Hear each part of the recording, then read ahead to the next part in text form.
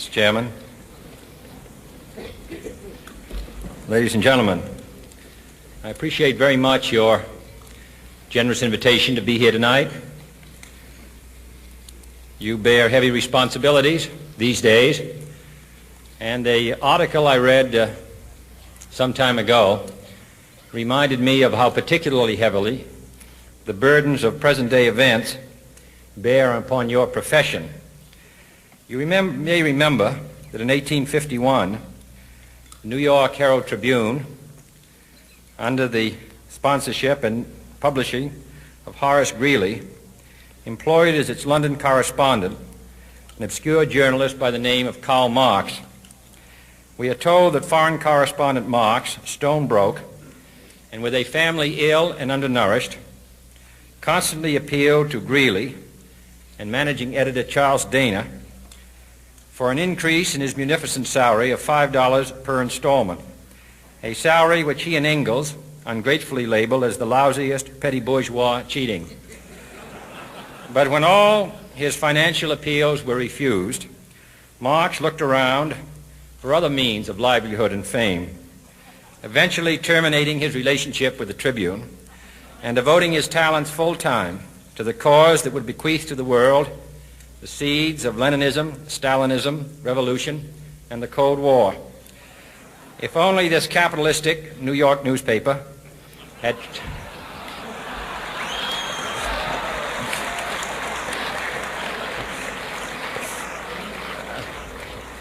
treated him more kindly,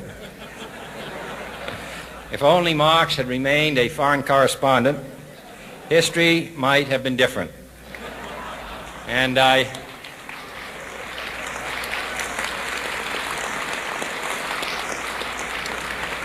I hope all publishers will bear this lesson in mind the next time they receive a poverty-stricken appeal from a small increase in the expense account from an obscure newspaper man.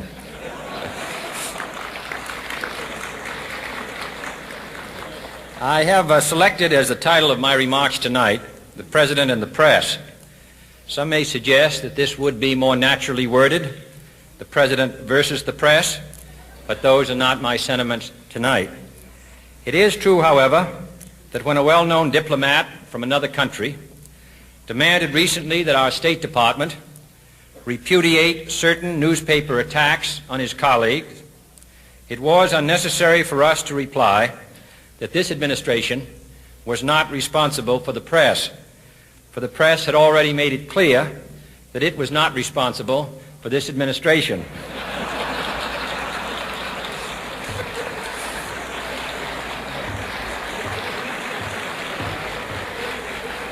Nevertheless, my purpose here tonight is not to deliver the usual assault on the so-called one-party press. On the contrary, in recent months, I have rarely heard any complaints about political bias in the press except from a few Republicans. Nor is it my purpose tonight to discuss or defend the televising of presidential press conferences.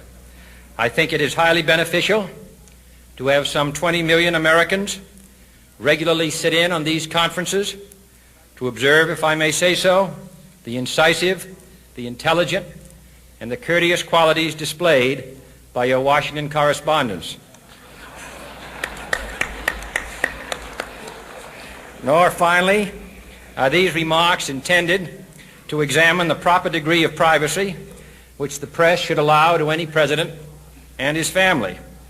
If, in the last few months, your White House reporters and photographers have been attending church services with regularity, that has surely done them no harm.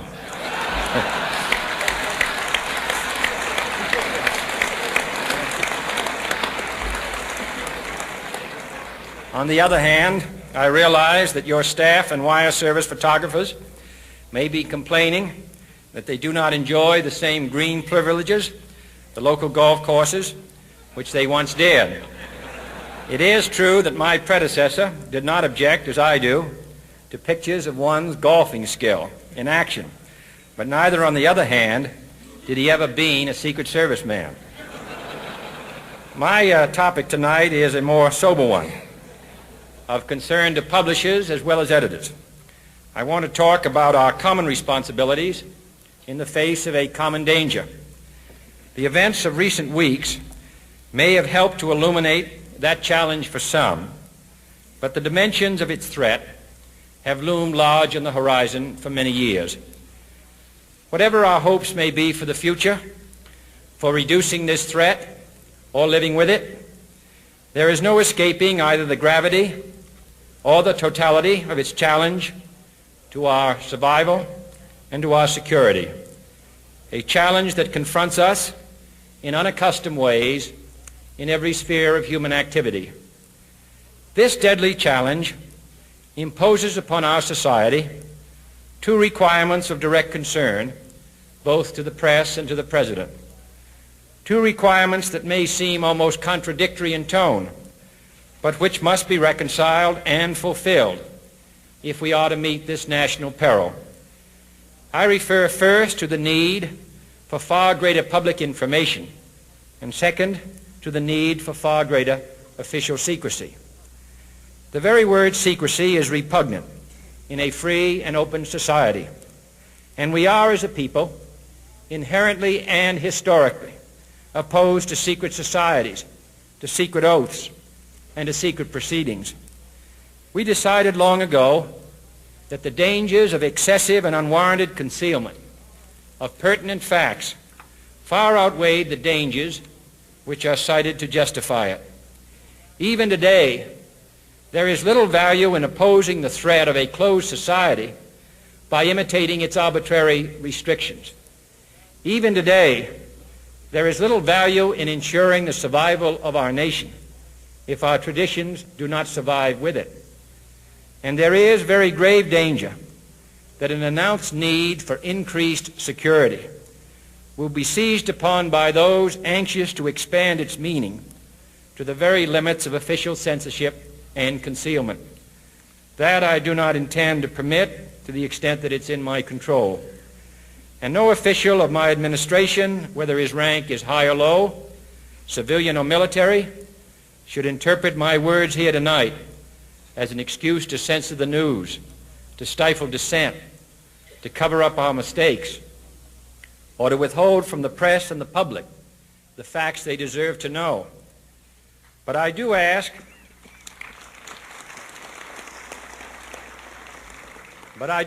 every publisher, every editor, and every newsman in the nation to re-examine his own standards and to recognize the nature of our country's peril. In time of war, the government and the press have customarily joined in an effort based largely on self-discipline to prevent unauthorized disclosures to the enemy. In times of clear and present danger, the courts have held that even the privileged rights of the First Amendment must yield to the public's need for national security. Today, no war has been declared, and however fierce the struggle may be, it may never be declared in the traditional fashion. Our way of life is under attack. Those who make themselves our enemy are advancing around the globe. The survival of our friends is in danger. And yet no war has been declared. No borders have been crossed by marching troops. No missiles have been fired. If the press is awaiting a declaration of war before it imposes the self-discipline of combat conditions, then I can only say that no war ever posed a greater threat to our security. If you are awaiting a finding of clear and present danger, then I can only say that the danger has never been more clear, and its presence has never been more imminent. It requires a change in outlook, a change in tactics, a change in missions by the government, by the people, by every businessman or labor leader, and by every newspaper. For we are opposed around the world by a monolithic and ruthless conspiracy that relies primarily on covert means for expanding its sphere of influence, on infiltration instead of invasion, on subversion instead of elections, on intimidation instead of free choice, on guerrillas by night instead of armies by day. It is a system which has conscripted vast human and material resources into the building of a tightly knit, highly efficient machine that combines military, diplomatic, intelligence, economic, scientific, and political operations. Its preparations are concealed, not published. Its mistakes are buried, not headlined. Its dissenters are silenced, not praised. No expenditure is questioned, no rumor is printed, no secret is revealed. It conducts the Cold War, in short, with a wartime discipline no democracy would ever hope or wish to match. Nevertheless, every democracy recognizes the necessary restraints of national security. And the question remains whether those restraints need to be more strictly observed if we are to oppose this kind of attack as well as outright invasion.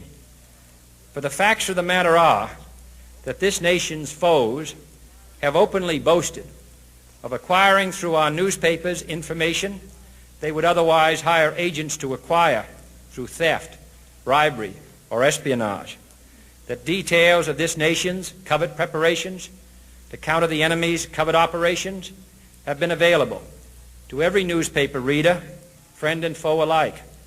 That the size, the strength, the location, and the nature of our forces and weapons, and our plans and strategy for their use have all been pinpointed in the press and other news media to a degree sufficient to satisfy any foreign power, and that in at least one case, the publication of details concerning a secret mechanism whereby satellites were followed required its alteration at the expense of considerable time and money.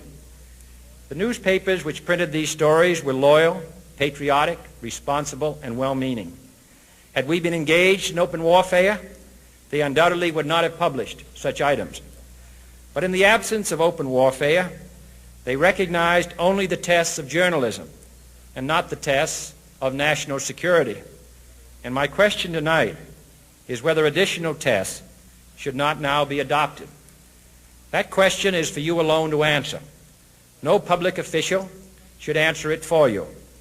No governmental plan should impose its restraints against your will. But I would be failing in my duty to the nation in considering all of the responsibilities that we now bear and all of the means at hand to meet those responsibilities if I did not commend this problem to your attention and urge its thoughtful consideration. On many earlier occasions I have said, and your newspapers have constantly said, that these are times that appeal to every citizen's sense of sacrifice and self-discipline. They call out to every citizen to weigh his rights and comforts against his obligations to the common good. I cannot now believe that those citizens who serve in the newspaper business consider themselves exempt from that appeal. I have no intention of establishing a new Office of War Information to govern the flow of news. I am not suggesting any new forms of censorship or new types of security classifications. I have no easy answer to the dilemma that I have posed and would not seek to impose it if I had one. But I am asking the members of the newspaper profession and the industry in this country to re-examine their own responsibilities, to consider the degree and the nature of the present danger, and to heed the duty of self-restraint which that danger imposes upon us all. Every newspaper now asks itself, with respect to every story, is it news? All I suggest is that you add the question, is it in the interest of national security? And I hope that every group in America, unions and businessmen and public officials at every level, will ask the same question of their endeavors and subject their actions to this same exacting test. And should the press of America consider and recommend the voluntary assumption of specific new steps or machinery, I can assure you that we will cooperate wholeheartedly with those recommendations. Perhaps there will be no recommendations. Perhaps there is no answer to the dilemma faced by a free and open society in a cold and secret war. In times of peace, any discussion of this subject and any action that results are both painful and without precedent. But this is a time of peace and peril which knows no precedent in history. It is the unprecedented nature of this challenge that also gives rise to your second obligation, an obligation which I share, and that is our obligation to inform and alert the American people, to make certain that they possess all the facts that they need and understand them as well, the perils, the prospects, the purposes of our program, and the choices that we face.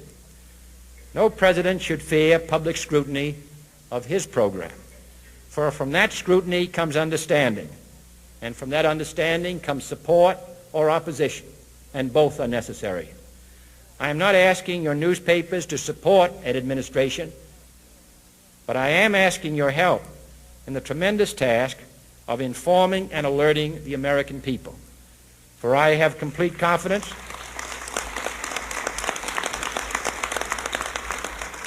in the response and dedication of our citizens whenever they are fully informed. I not only could not stifle controversy among your readers, I welcome it. This administration intends to be candid about its errors. For as a wise man once said, an error doesn't become a mistake until you refuse to correct it. We intend to accept full responsibility for our errors, and we expect you to point them out when we miss them. Without debate, without criticism, no administration and no country can succeed, and no republic can survive. That is why the Athenian lawmaker Solon decreed it a crime for any citizen to shrink from controversy.